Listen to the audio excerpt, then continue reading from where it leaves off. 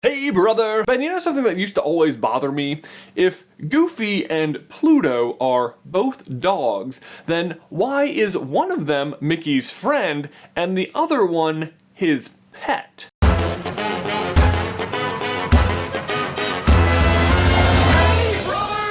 Classic case of all animals being equal, but some animals being more equal than others. Am I right? Seriously, am I right? I'm not quite sure I'm using that quote right. The Sensational Six. If you don't know, that is the name given to Disney's most core, original, elite, and famous characters. Mickey, Minnie, Donald, Daisy, Goofy, and Pluto. Poor Goofy though. I mean, the group is made up of 2 mice, 2 ducks, and 2 dogs, but not all the pairs match up so well. Mickey and Donald both get girlfriends, while Goofy, on the other hand, is a widower, and the other dog, Pluto, can't walk or talk and isn't even his pet.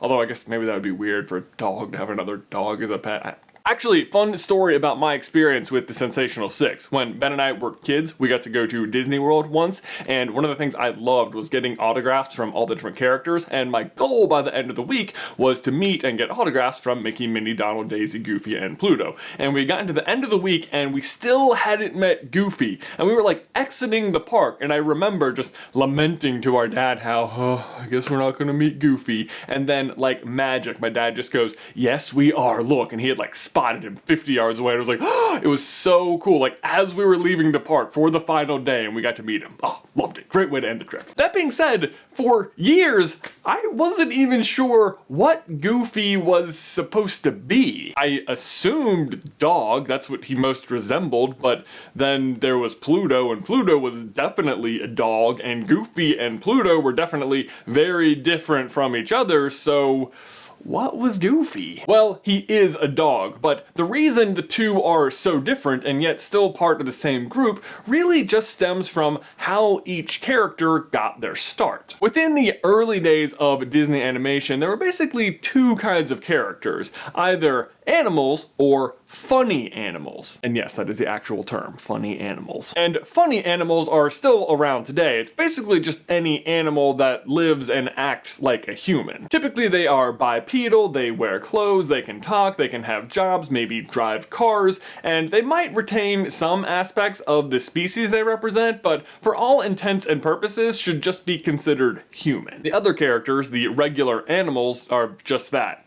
Regular animals and should be thought of as such. So, for example, Pluto's first ever appearance was in a short cartoon called Chain Gang, in which Mickey Mouse is a convict and escapes from prison. And I'm sorry, are we talking about the right character? After Mickey escapes, the guards try to track him down using bloodhounds, and thus Pluto's first appearance is made. But of course, in that situation, he's just a dog. In fact, I'm not even sure he had a name at that point. Then the next time we see him is as the pet of Minnie, who brings him along on a picnic date with Mickey, but at that point he wasn't called Pluto yet, they were calling him Rover. Also, I feel I should point out that he was subject to some very questionable pet ownership. I remember that time when Mickey dragged Pluto behind his car by his leash.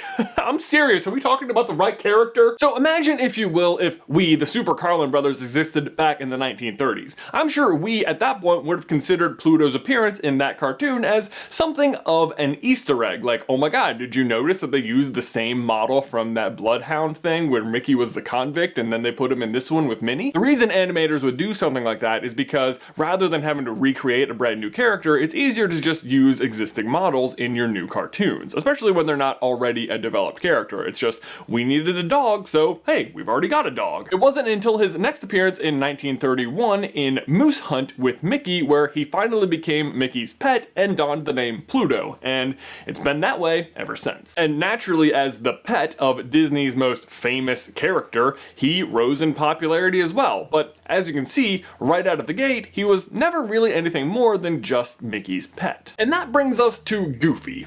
Goofy made his first appearance in 1932 in Mickey's Review as Dippy Dog. And while Goofy's overall appearance would change and become more polished over time, that first short was responsible for introducing his signature laugh, which is still around today.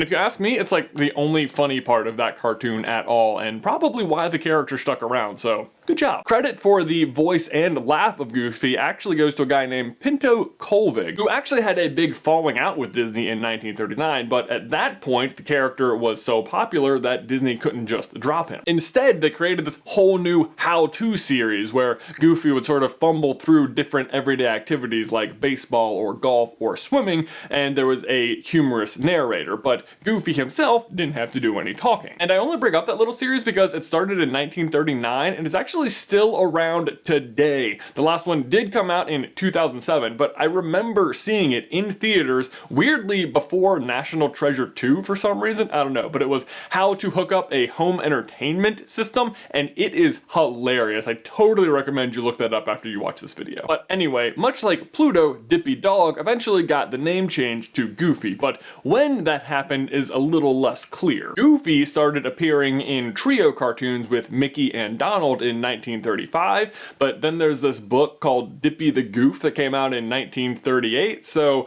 not quite sure when he officially became Goofy. Either way though, the important takeaway is that there was never really any grand plan by Disney for the Sensational Six to be the Sensational Six. Disney had a lot of different characters and all of them were introduced at different times, and their popularity sort of dictated whether or not they stuck around. And it just so happened that they ended up with two dogs, one anthropomorphic and one not. It makes sense in its own kind of way, but it does still make me wonder why, if they wanted to have regular animals, why didn't they just have humans instead of funny animals? The answer to that question is, racy?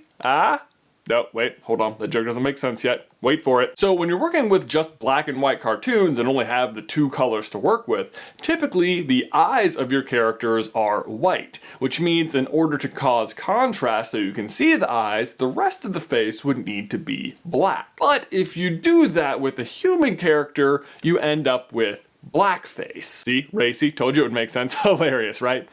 And predictably, blackface not super socially acceptable, but if you make the characters animals, then you can do that because it's not black skin, it's just like black fur or hair. Plus, in addition to not representing any specific race or ethnicity, having animals instead of people is just more kid-friendly, which makes them more marketable in the long run. Although, on that note, Dippy Dog was originally described by his creator as a gullible good Samaritan, a half-wit, a shiftless, good-natured colored boy, and a hick. So you can interpret that however you want to. But anyway, that is why Mickey has both a dog friend and a dog pet. Ben, my question for you and everyone else is, who is your favorite member of the Sensational Six? Personally, I would probably have to say mine is Goofy, solely because of the Goofy movie and the much underrated Extremely Goofy movie. Let me know your thoughts in the towel section down below. These socks are amazing!